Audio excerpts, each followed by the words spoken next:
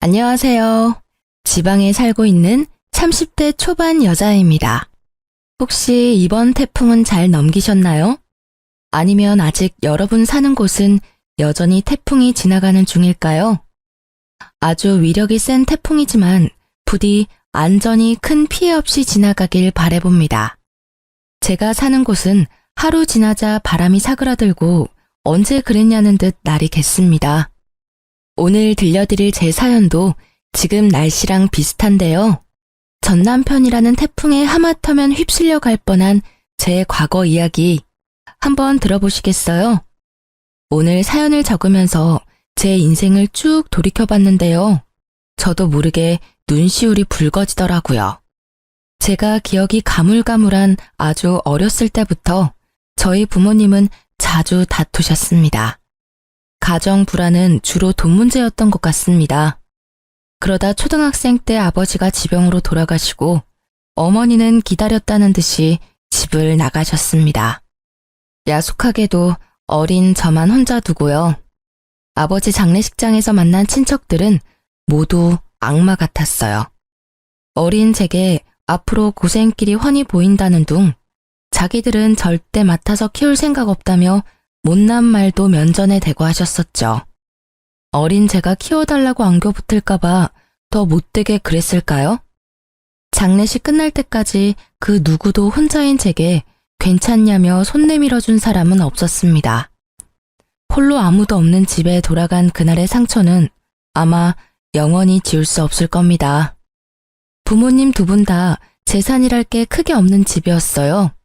그런데 아빠의 부조금마저도 어린 제게는 허용되지 않았나 봐요. 그나마 막내하며 가깝게 지냈던 건 고모였는데요. 고모라는 인간은 제게 단돈 2만 원만 쥐어주고 부조금을 모조리 들고 사라졌습니다. 지금까지 죽었는지 살았는지 모릅니다. 어린 저는 경제 감각이 없으니 그때 고모가 쥐어준 2만 원이 되게 크게 느껴졌어요. 고모는 그래도 조금은 날 좋아하는구나 착각 들 만큼요. 하지만 금방 집에 먹을 것도 동나고 돈도 떨어진 저는 그렇게 며칠을 혼자 굶었습니다.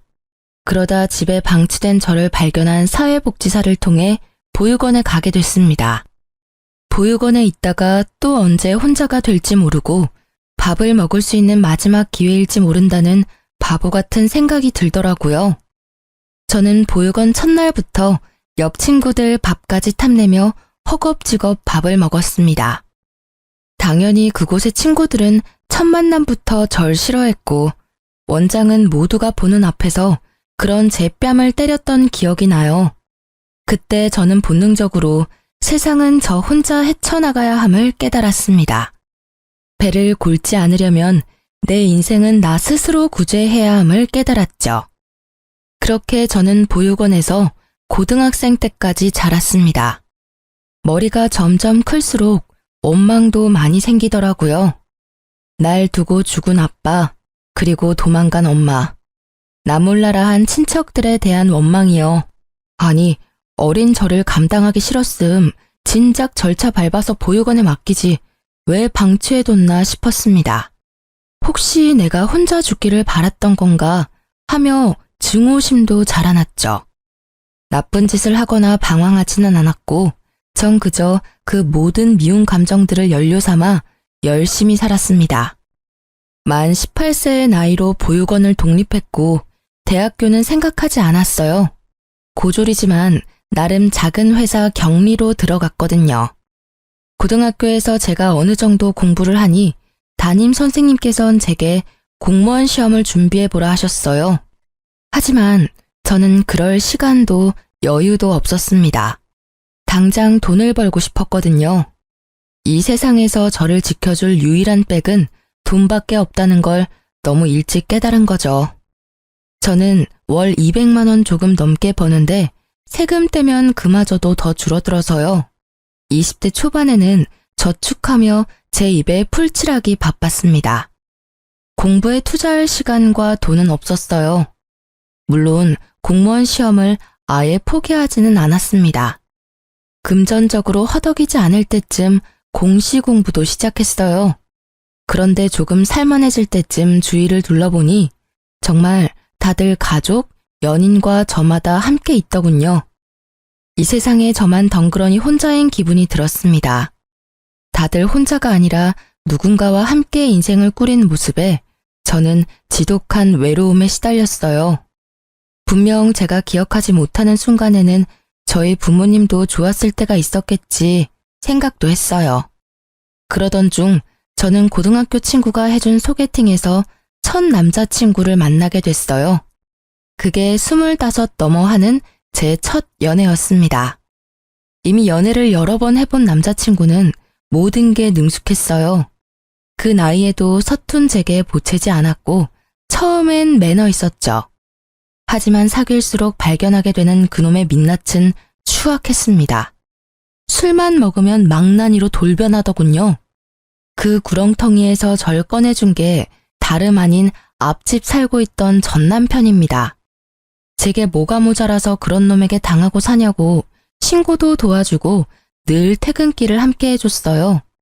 덕분에 징글징글하던 전 남친에게 벗어날 수 있었죠. 아무도 제게 손을 내밀지 않던 제 세상에 먼저 손 내밀어준 남편이 너무 고마웠어요. 게다가 그 사람은 술, 담배는 입에도 안 댔어요. 심지어 직업이 공무원인 남자를 보며 저 역시 덩달아 학구열도 불타오르더라고요. 나름 새로운 꿈과 욕심이 생긴 저는 9급 공무원 시험을 준비했습니다. 그 당시 남자친구였던 남편도 잘 될 거라며 옆에서 많이 응원해줬어요. 그리고 지금껏 혼자 살아온 제 얘기를 듣고 본인이 겪은 일처럼 많이 아파했습니다. 자기는 혼자서 어떻게 그렇게 예쁘고 참하게 잘 컸어? 그동안 정말 고생 많았어. 앞으로는 내가 있으니까 걱정하지 마. 평생 자기 외롭지 않게 내가 지켜줄게. 그리고 한치의 의심 없이 절 지켜주겠다던 그의 청혼을 받아들였습니다. 그렇게 세상 따뜻했던 남자친구는 남편으로 한 식구가 되자마자 제게 무리한 요구를 했어요. 여보, 이제 결혼했으니까 회사는 그만두는 게 어때? 왜? 나 9급 시험 떨어졌을까봐? 나 진짜 열심히 공부하고 있으니까 걱정 마. 그리고 회사 다니면서 공부하는 게 마음 편해. 섣불리 오래 다닌 내 첫 직장 그만두는 건 좀 무섭거든. 시험 합격하면 그만두려고. 뭔 소리야?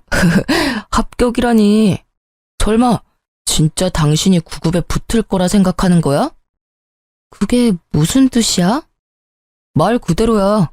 진짜 당신이 붙을 거라 생각하냐고. 아니 고졸에다 학원 한번 제대로 다녀본 적 없으면서 단번에 공무원 시험 합격 바라는 건 너무 꿈이 큰 거 아니야? 난 단지 당신 지금 회사 연봉이 너무 적어서 차라리 알바가 낫겠다는 말을 하고 싶었을 뿐이야. 우리 엄마 만두가게 알바생이 당신보다 돈 많이 받아. 그거 알고 있어? 첫 직장이자 지금껏 몸담아왔던 직장은 제가 고졸이라 승진은 꿈도 못 꿨습니다. 하지만 개미똥만큼이라도 매년 연봉이 오르더라고요. 힘든 코로나 시기에도 잘리지 않고 계속 다닌 것만으로도 감지덕지했습니다. 공무원 합격하기 전까지는 계속 그 회사를 다니고 싶은데 갑자기 남편은 다니던 회사를 당장 그만두라 하더군요. 저를 믿고 응원해줬던 연애 시절 남친은 사라지고 돌변한 남편은 고졸인 제가 공시에 어떻게 합격하냐며 비웃더라고요. 당신 말이 너무 심한 거 아니야? 나는 내 힘으로 구한 내 첫 직장, 월급은 적어도 만족하면서 다니고 있어. 듣다 보니 무시하는 것 같아 기분 나빠.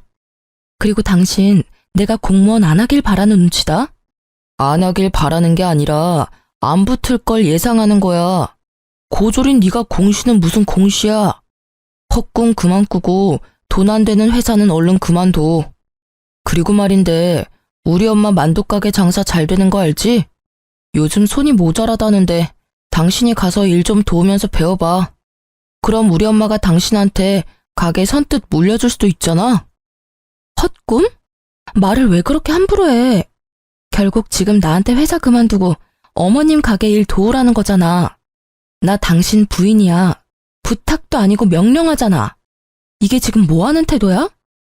제가 한 번도 지은 적 없는 불쾌한 표정을 짓자 남편은 적잖이 당황했습니다. 아니, 말이 헛나온 거야. 난 그냥 당신 비전도 없는 회사에서 개고생하는 게 싫어서 그랬지. 아무리 그래도 말이 어가 다르고 어가 다르지. 그래, 나 고졸이다. 고졸이 뭐가 어때서?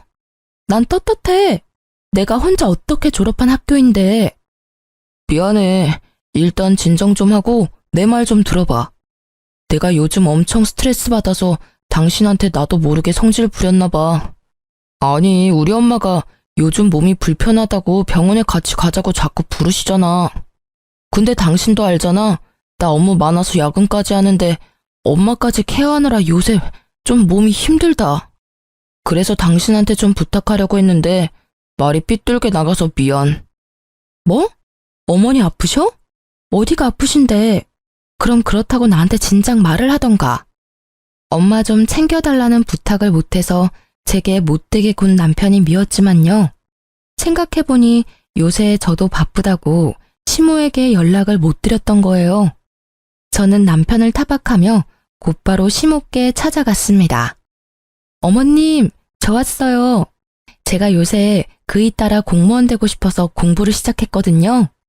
근데 회사 일까지 바빠서 너무 정신이 없었어요. 어머님께 요즘 신경 못 써드려서 정말 죄송해요. 편찮으시다는 말 듣고 바로 온 거예요. 많이 안 좋으신 거예요? 어머님, 앞으로 병원은 저랑 같이 다녀요. 결혼 전에는 가족품이 그립다더니 너 결혼 후에 내가 먼저 안 하면 연락 한 통 없더라. 인간이 다 그래. 뒤돌아서면 남이지. 자식 새끼라고 키워봤자 그놈도 지엠이 아프다니까 툴툴거리기나 하고. 에이구, 내가 빨리 죽어야지. 어머님이 왜 빨리 죽어요? 말만 그런 게 아니라 진짜 이제 어머님은 제 가족이에요. 저 무서우니까 그런 나쁜 말 하지 마세요. 저희 때문에 많이 속상하셨죠? 근데 저도 좀 속상해요. 몸이 안 좋으시면 툴툴거리는 아들 말고 저한테 전화하시지 그러셨어요. 제가 불편할까봐 안 하셨죠? 저 괜찮으니까 앞으로는 무슨 일 생기면 무조건 저한테 전화 주세요. 아셨죠? 이그, 너 지금 내 가게 보고 나한테 아양 부리는 거지? 이 가게 어차피 너 물려줄 생각 없으니 꿈도 꾸지 마라. 어머님, 저도 만두 빚으면서 평생 살기 싫거든요. 저는 제가 좋아하는 일 하면서 살 거예요. 당분간만 도와드리는 거니까 월급은 제가 전에 있던 직장보다 많이 주셔야 해요. 뭐? 회사를 그만뒀어? 네, 저 회사 그만뒀어요. 글쎄, 쥐꼬리만한 월급이라고 남편이 바가지로 엄청 긁어대더라고요. 지는 뭐 벌면 얼마나 번다고? 혹시 나 때문이냐? 너 어떻게 들어간 회사인 거 내가 들어서 뻔히 아는데. 맞죠? 어머님, 그 사람 진짜 너무해요. 그러니까 저 남편보다 월급 더 많이 주셔야 해요. 사실 회사는 저 승진시켜줄 생각도 없는데 계속 붙잡고 있었던 것도 뭐 제 자격지심이죠. 제가 처음으로 이뤄내고 지켜낸 자리니까요. 하지만 지금 내려놓아도 저는 괜찮아요. 그 회사보다 전 어머님이 더 중요하거든요. 그 대신 저 꼭 어머님이랑 같이 지내면서 공시도 합격할 거예요. 뭐 그건 네가 하는 거에 달려있지. 처음엔 못된 말만 하는 시모 때문에 무척 속상했어요. 하지만 말만 퉁명스럽게 할 뿐이지 시모는 정말 따뜻한 분이셨어요. 결혼해서 남편과 함께 효도하겠다던 제가 그동안 무심했던 건 사실이었죠. 그래서 서운했던 게 생각 안 나게 시모께 더욱 잘해드리려 노력했습니다. 그렇게 저는 일주일에 한 번 시모 병원을 따라다니면서 평일에는 만두가게에서 일했어요. 저는 어머님의 재산이 얼마인지 그 작은 만두가게의 가치가 얼마인지 잘 몰랐는데요. 같이 지내다 보니 어머님이 꽤 여유가 있으신 분이란 걸 알았어요.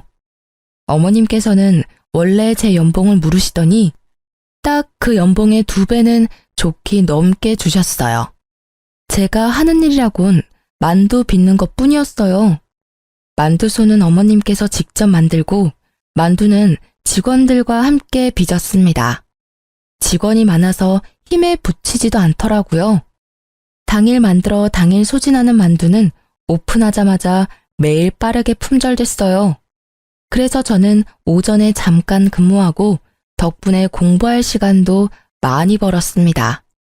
어머님도 저와 같이 지내다 보니 마음이 풀리셨는지 전보다 저와 엄청 사이좋게 지냈어요. 어머님은 제가 쉬는 날이면 매주 꼭 예쁜 만두를 빚어서 보내주셨어요.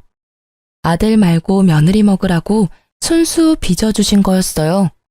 그리곤 어머님은 항상 덕담을 잊지 않으셨습니다.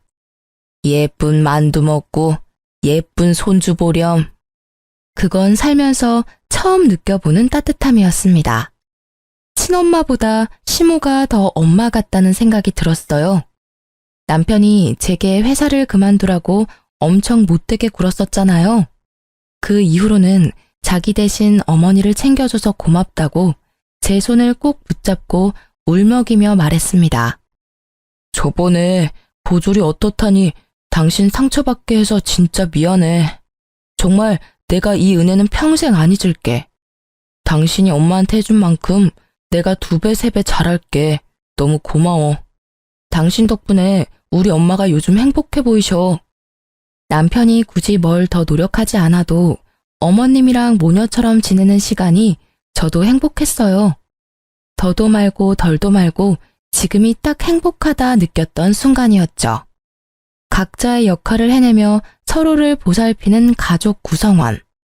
그게 바로 제가 바라던 가족의 형태였어요. 그런데 제게 고맙다던 남편은 은혜를 갚겠다더니 그걸 원수로 갚더라고요. 연애 때부터 야근이 잦은 건 알고 있었지만 남편은 부쩍 더 늦게 들어오는 날이 많아졌어요. 심지어 야근하고 올 시간을 넘어 훨씬 더 새벽 시간에 술에 취해서 집에 들어왔죠. 술, 담배라고는 안 하던 남편이었는데 혹시 또 제가 모르는 괴로운 일이라도 있나 싶었습니다. 여보, 또 술 먹었어? 요즘 무슨 일이라도 있는 거야? 왜 이렇게 인사불성이 된 거야? 야, 너는 입맛 시집 자라서 호강하는 줄 알아. 뭐? 당신 지금 그게 무슨 말투야? 아, 이게 진짜 지가 뭐라도 되는 줄 아나? 야, 이리 와봐. 본 적 없는 얼굴로 비틀거리며 다가오는 남편 때문에 순간 온몸이 경직됐습니다. 저도 모르게 저리 가라고 남편을 세게 밀치자 남편은 그대로 그냥 뻗어서 자더라고요. 아무 일도 일어나지 않았지만 곧 무슨 일이라도 생길 것 같았어요. 저는 전 남친이 술 먹고 제게 폭력을 행사했던 트라우마 때문에 지금도 술 먹은 사람들 근처에도 안 갑니다. 그런데 가장 가까이 지내는 남편이 취객처럼 굴자 심장이 미친 듯이 뛰었죠. 게다가 남편은 술에 취해 그냥 자는 것도 아니었어요. 잠시라도 정신이 들면 꼭 큰 소리로 마누라 어딨냐고 고래고래 소리를 질렀죠. 아니면 밥 좀 차리라며 주정을 부렸어요. 여보, 잘못했어. 내가 마시고 싶어서 마신 게 아니라 회식 때문에 그런 거야. 다음날 술 깨면 남편이 회식 때문이라며 싹싹 빌어대서 한 번은 봐줬는데 그 뒤로도 계속 똑같은 문제가 반복됐습니다. 저는 가게 때문에 남편보다 일찍 출근하고 남편이랑 그 문제에 대해서 제대로 대화할 시간이 없더라고요. 그렇게 제가 얼렁뚱땅 넘어가니 점점 더 선을 넘는다 싶었죠. 저는 처음엔 술 취한 남편이 무서웠는데 몇 번 반복되니 점점 속에서 열불나서 참을 수 없었습니다. 야, 너만 소리 지를 줄 알아? 남편이 또 술에 취해 들어와 난동을 부리길래 전 똑같이 남편에게 소리를 질렀어요. 그러자 남편은 살벌한 얼굴로 식탁 위에 물잔을 잡더라고요. 그리고 남편은 제게 물을 뿌렸습니다. 유리잔은 그대로 싱크대에 던져버려서 깨졌고요. 저는 물에 젖은 생쥐꼴로 바들바들 떨며 어머님께 전화했습니다. 그때는 이상하게 경찰보다 시모가 더 먼저 떠오르더라고요.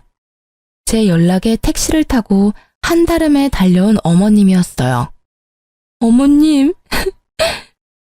아니, 너 괜찮냐? 잘밤에 머리가 다 젖었네. 어딨어? 내 며느리 울린 이 못난 놈 어딨냐? 어머님은 세상 모르고 잠든 남편에게 쌍심지를 켜시곤 다가갔어요. 어머님은 냉장고에서 꺼낸 물병 뚜껑을 열고 자는 남편에게 그대로 들이부으셨어요. 차가워. 누구야? 누구긴 네 애미다 이 썩을 놈아. 엄마? 땡수 마찰하니 지 애미는 알아보구나. 근데 왜 네 색시를 못 알아봐? 어디 술 취했으면 곱게 잘 것이지 내 며느리를 괴롭혀? 내가 또 술 먹고 실수했대요. 아니, 당신은 그렇다고 지금 시간이 몇 시인데 엄마를 불러. 뭐? 또? 이따위로 인사불성된 게 한두 번이 아니었단 말이지? 너 이 자식 애미가 우스워? 어디 내 앞에서 큰 소리야? 아니, 어디 너만 사회생활하냐? 응? 네 부인은 시모 뒷바라지 한다고 매일 얼마나 힘든 줄 알아? 사실은 어머님이 일을 덜 시키면 덜 시키셨지 저는 만두가게 일이 힘들지 않았거든요. 하지만 남편 앞에서 저를 두둔하기 위한 못된 시어머니를 자처하셨죠. 나도 모자라 너까지 부인을 괴롭히면 쓰냐? 너 이따위 망나니 짓 할 거면 당장 이혼해라. 어디 감히 내 며느리한테 물을 끼얹어? 내가 시집살이 시킨다고 너까지 지금 네 부인을 무시해? 너 지금은 물잔이지? 나중에는 네 손에 뭐가 들려있을지 앞날이 훤히 보인다. 엄마, 무슨 말씀을 그렇게 하세요? 그럼 나중에 제가 뭐 가정폭력이라도 저지른다는 말씀이세요? 아이고, 이미 넌 폭력을 쓴 거야, 이놈아. 술 처먹고 와서 괴롭힌 게 폭력이야. 아가, 내가 경찰 부르마. 저런 놈은 콩밥을 먹어야 정신을 차려. 시모는 콧김을 뿜으시며 남편에게 쌍욕을 한 바가지 하셨어요.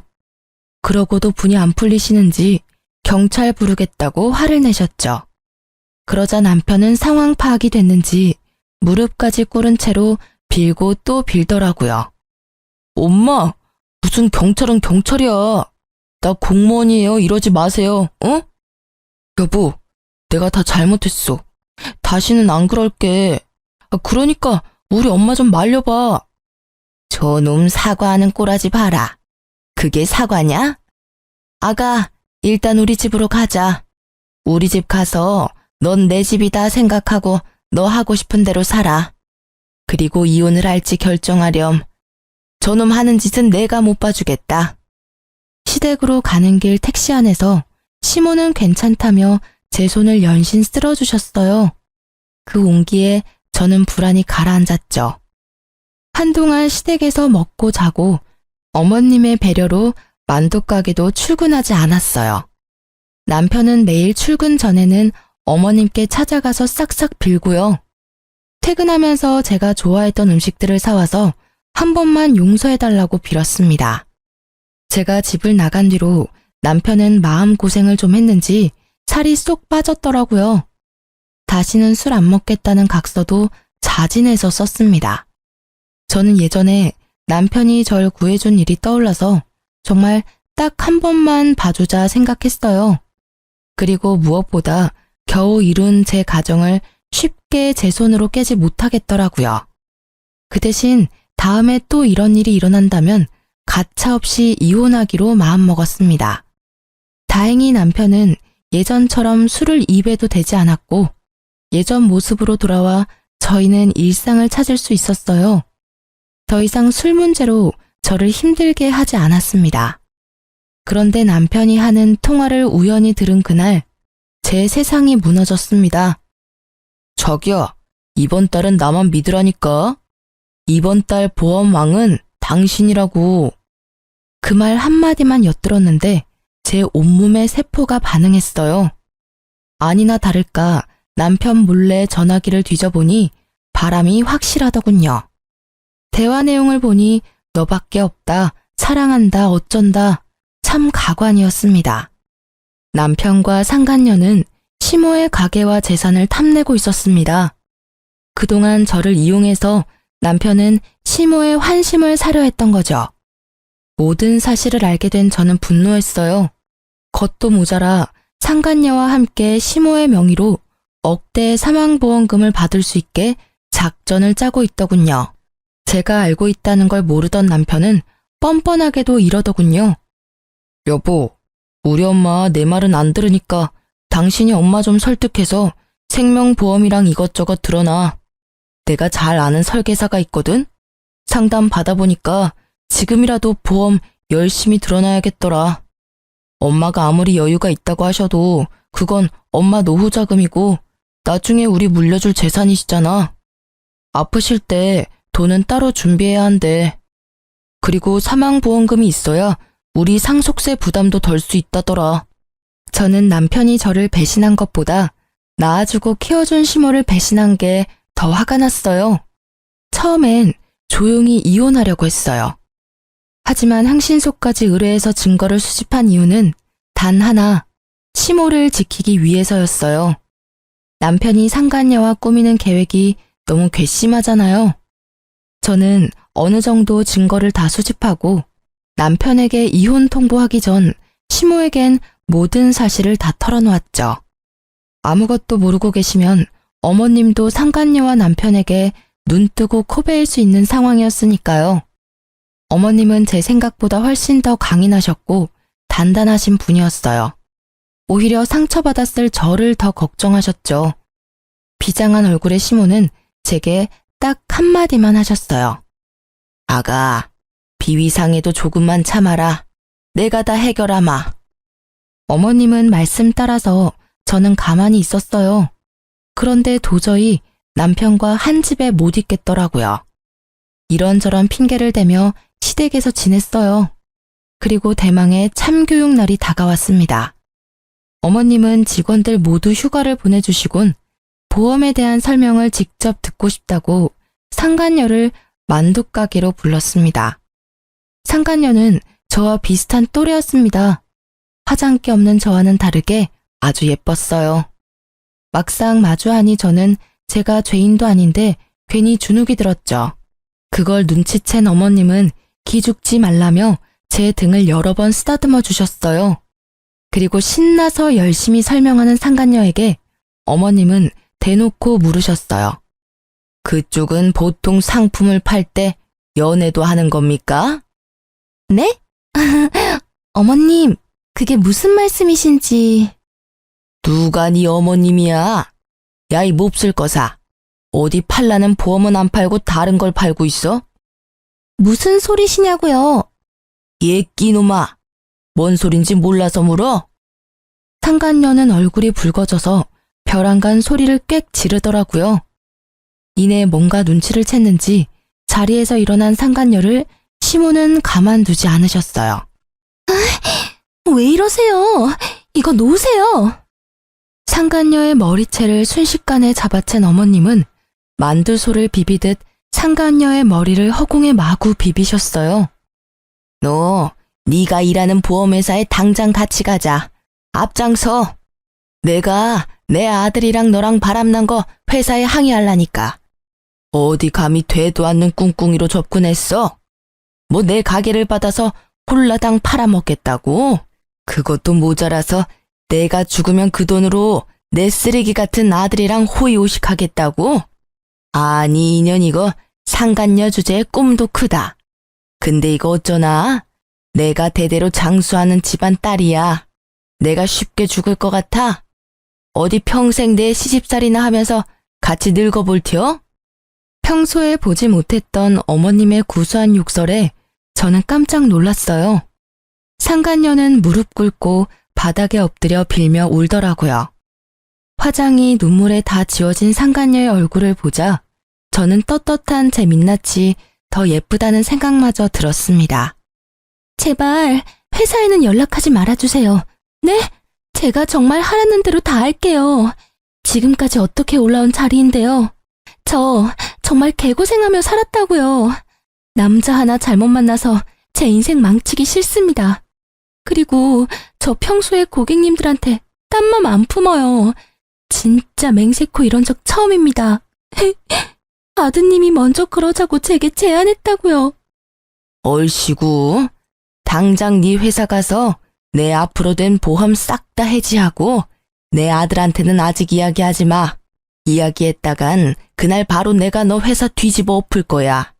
그놈은 내가 알아서 조질 테니까 모른 척하고 기다려. 네 최후는 어떻게 할지 내가 고민해 볼 테니까. 애초에 어머님 보험은 아직 들지도 않았어요. 다만 사모님 보험은 몇 개 들었거든요. 지금 회사 가서 제가 손해보더라도 당장 다 해지할게요. 그러니까 제발 저 한 번만 봐주세요. 내 보험을 들었다고요? 남편은 이미 상간녀에게 제 보험을 몰래 들었더라고요. 정말 TV에서 볼 것 같은 이야기였어요. 사망보험금 2억? 그 액수에 저는 할 말을 잃었습니다. 어머님은 가슴을 치시며 본인이 미안하다고 우셨어요. 저는 어머님 잘못은 없다고 서로 껴안고 엄청 울었습니다.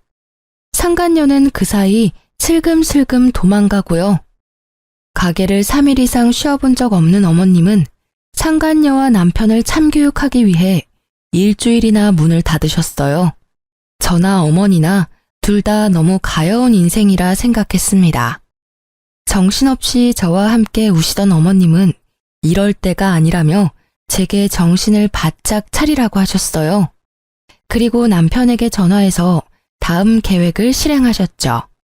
가게 땅값이 많이 올랐다고 남편을 부르자 남편은 할 일 제쳐두고 쏜살같이 가게로 달려왔습니다.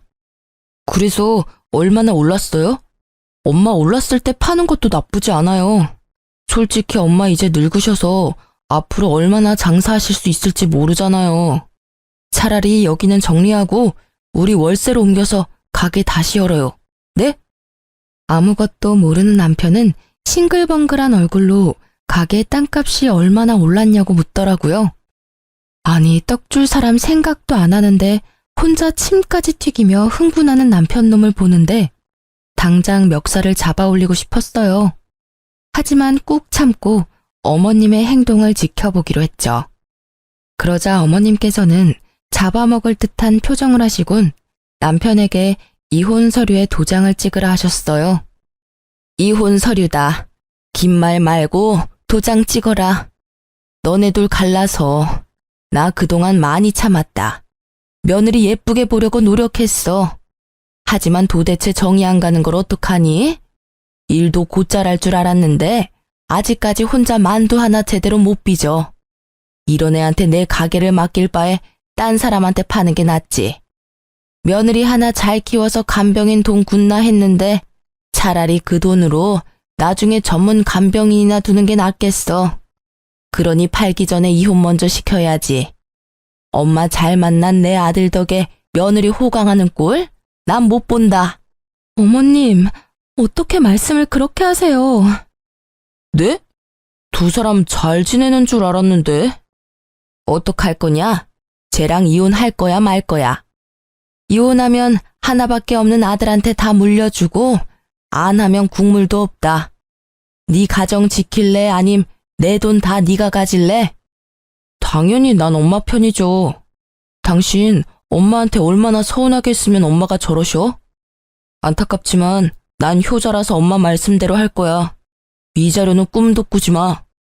아닌 거 당신이 제일 잘 알잖아. 내가 어머님 잘 보살펴드려서 고맙다며. 그래서 당신 나한테 은혜 갚는다며. 근데 어떻게 이래? 저는 미리 어머님과 계획한 대로 남편에게 매달리는 척도 해봤어요. 하지만 남편은 두말하지 않고 냉정하게 이혼 서류에 도장을 찍더라고요. 도장이 찍히자마자 시모는 만두 담는 쟁반으로 남편 싸대기를 날렸습니다. 남편 고개가 돌아갈 정도로 세게 때리셨죠. 그러자 턱을 붙잡고 남편은 소리쳤어요. 엄마, 왜 이러세요? 갑자기 미친 거예요? 이런 썩을 문디 자식이 아주 지그 아빠랑 똑같네. 아주 똑배 닮아서 조강지처 눈에 피눈물 흘리게 하네. 남편은 무슨 일인지 파악하느라 두 눈을 요리조리 굴렸어요. 저는 상간녀에게 전화를 걸어 남편에게 내밀었어요. 받아봐. 누군데? 여보세요? 고객님, 저예요. 그동안 사모님 몰래 들어놓은 보험 계약은 다 해지됐습니다. 보험료 냈던 건 전부는 못 돌려받아요. 받을 수 있는 건 전부 사모님한테 입금해 놓겠습니다. 야, 이 미친, 뭐라고? 남편은 상간녀의 목소리를 바로 알아보더라고요. 남편 놈은 그제서야 상황을 눈치챘는지 시모와 제게 번갈아가며 손이 발이 되도록 빌었습니다. 이혼 도장 순순히 찍어줘서 정말 고마워. 여보, 오해야. 그런 거 아니야. 엄마 진짜 아니에요. 저 보험 사기꾼이 저한테 접근해서 속은 것 뿐이에요. 야, 맘 같아선 네 재산, 네 직장 다 뺏고 싶은데 더러워서 손도 대기 싫어서 가만히 있는 거야. 그러니까 그 입 다물어. 어머님이 널 어떻게 키워주셨는데 이래? 아가, 저런 쓰레기랑 더 말 섞을 필요도 없다. 너 당장 짐 싸서 우리 눈앞에서 사라져라. 난 이제 아들 따위 없는 걸로 하마. 엄마, 왜 이러셔 진짜? 소미 네가 이제부터 내 딸 해라. 어머님, 내가 너 입양 절차 알아봤다. 자, 서류 받아라. 너도 마음의 준비할 시간이 필요할 테니 잘 생각해봐라. 이놈이랑 이혼하고 나한테 와. 내가 너 꽃길만 걷게 해줄 테니. 이제부터 모든 재산 권리는 우리 소미한테 줄 거야. 어머니, 정신 차리세요. 노망 났어요? 얘는 피 하나 안 섞인 남이라고요. 너 엄마를 어떻게 구워 삶은 거야? 어머님의 폭탄 발언에 남편 놈은 눈을 희번덕거리며 제게 달려들었죠. 시모는 기다렸다는 듯 경찰에게 연락했어요. 여보세요? 거기 땡땡 경찰서죠? 여기 땡땡 만두집인데. 응, 나야 나 송 사장. 아, 웬 망나니가 와서 가게를 쑥대밭으로 만들고 있잖아. 얼른 와봐. 엄마, 누가 네 엄마야 이 자식아? 엄마가 어떻게 이래? 자식한테 어떻게 이러냐고. 남편을 혼내는 어머님의 몸이 미세하게 떨리는 걸 알고 저는 급하게 남편을 가로막고 말했습니다. 너야말로 자식이 어떻게 그래? 상간녀랑 보험 사기단으로 잡혀가고 싶지? 나도 모르는 보험 가입한 거 문제 안 될 줄 알았나 봐. 어머님 앞에서 더 추한 꼴 보이지 말고 얼른 꺼져. 남편 놈은 정말 땅을 치며 발악하더군요. 그래봤자 그놈에게 더 이상 남은 거라곤 아무것도 없었어요. 경찰이 오고 이댁 아드님 아니냐고 묻는데 어머님은 외면했습니다. 그래, 못난 내 아들 맞아. 데리고 있다가 정신 차리면 훈방 조치 부탁해. 가게에서 난동 부린 건 사실이니까. 기운이 다 빠진 남편은 더 이상 제게도 시모에게도 달려들지 않았습니다. 조용히 경찰을 따라가더군요. 너무 큰일을 겪으셔서 혹시나 쓰러지실까봐 저는 내내 어머님 곁을 지켰네요. 어머님은 아들에게 보여주기 식이 아니라 정말 저를 입양할 계획이셨어요. 난 정말 소민이가 내 딸 같아. 우리가 이런 인연으로 엮였지만 안 좋게 끝내고 싶지는 않구나. 난 진심으로 널 가족이라 생각한단다. 어머님 마음 저 잘 알아요. 누가 뭐래도 저 어머님 가족이에요. 저 사람이랑 이혼했더라도 여전히 어머님은 제 어머님이세요. 하지만 저 어머님 딸로 들어가면 저 사람이랑 남매인 거잖아요. 저 죽어도 그건 싫어요. 어머님이랑 저 서류상으로 아무 사이는 아니지만 가족같이 지내잖아요. 계속 지금처럼 지내면 안 될까요? 가족이 되면 더 많은 것들이 내게 돌아갈 텐데 난 그게 아쉬운 거야. 소미 넌 아쉽지 않니? 어머님, 저는 지금도 좋아요. 시모는 제가 끝끝내 입양은 만류했더니 살짝 서운해하셨죠. 하지만 서운해하시는 것도 정말 잠시였어요. 어머님께서는 제 가족이 못 돼준다면 든든한 백은 되어주겠다 하셨죠. 그 약속을 지키시겠다며 그동안 모았던 재산 반은 좋은 기부처에 기부했고 반은 제게 주셨습니다. 그리고는 제게 꼭 공시에 합격하라고 당부하셨어요. 너 공시 불합격하면 내가 준 돈 다시 다 돌려줘야 한다. 에이, 줬다 뺏는 게 어딨어요. 저는 아직도 전 시모, 아니, 이제 엄마라고 부릅니다. 엄마랑 병원 갈 일 있으면 같이 가드려요. 공시는 다행히 한 번에 붙어서 받았던 재산은 돌려드리지 않았습니다. 그런데 하필 좁은 공무원 바닥, 저는 전 남편과 같은 부서에 근무하게 됐습니다. 그 인간은 자기 잘못도 모르고 자기 엄마 재산을 가져간 저를 여전히 미워하고 있었죠. 직장에서 막상 저를 마주하니 놀라서 전 남편 얼굴은 사색이 됐더라고요. 불편했는데 그 불편함도 잠시였어요. 얼마 안 가서 상간녀가 찾아왔거든요. 내 인생 책임져, 이 자식아. 다 네가 계획한 거였잖아. 네 부인도 네 엄마도 네가 생명보험 억대로 들라며. 야, 여기가 어디라고 지금? 나 보험 사기로 신고당해서 이제 보험일 못해. 너 때문에 보험 모집인 자격 박탈당했다고. 이 자식아, 너 때문에 소문 다 나서 나 나중에 다른 보험회사도 못 가. 내가 할 줄 아는 거라곤 영어뿐인데 어쩔 거야. 네가 나 먹여 살릴 거야? 그럴래? 조용히 안 해? 죄송합니다. 모르는 사람이에요. 다들 일 보세요. 전 남편은 상간녀를 모른 채 했지만 상간녀는 끝까지 그런 전 남편을 물고 늘어지더라고요. 사람들은 수군거리고 저희 사무실은 한바탕 난리가 났습니다. 저는 현장에서 실시간으로 보는데 웃음 참느라 혼났습니다. 생명보험, 불효자식, 조강지쳐 버린 쓰레기. 이런 키워드들이 한동안 떠돌자 전 남편은 알아서 일을 그만뒀습니다. 어쩌면 제가 직접 불륜으로 윗선에 고발할까봐 도둑놈 제발 지린다고 알아서 도망간 걸 수도 있고요. 그래도 그렇게 아무 준비 없이 홧김에 또 공무원 그만두고 저놈 후회하겠구나 싶었는데요. 역시나 제 예상이 맞았습니다. 공무원 그만두고 할 줄 아는 거 없는 전 남편은 퇴직금을 탕진하고 엄마한테 찾아왔다고 합니다. 엄마한테 들은 내용 그대로 전달해 드릴게요. 엄마, 저 돈 좀 보태주세요. 제가 진짜 기가 막힌 사업 아이템 발견했거든요. 엄마 아들 공무원 시험도 단번에 붙고 엄청 똑똑한 거 잘 알잖아요. 누가 내 아들이요? 댁은 뉘신지? 엄마는 당연히 반성하지 않고 돈만 밝히는 전 남편을 외면하셨죠. 누구냐고 묻는 엄마의 말에 전 남편은 끝내 완전히 무너졌다고 합니다. 어머니, 저라고요. 언제까지 아들 모르는 척 할 거예요? 전 남편은 모든 걸 후회한다며 엉엉 울면서 빌고 또 빌었대요. 돈이고 뭐고 필요 없으니 제발 아들 모르는 척하지 말아달라고요. 엄마는 그런 전 남편에게 이렇게 말씀하셨대요. 네가 다시 네 손으로 어떻게든 일어나면 내가 그땐 너 아는 척이라도 해주마. 내가 너라는 놈을 낳은 죄가 있으니 그땐 내 벌 달게 받아야지. 전 남편은 그렇게 아무 소득 없이 돌아갔다고 합니다.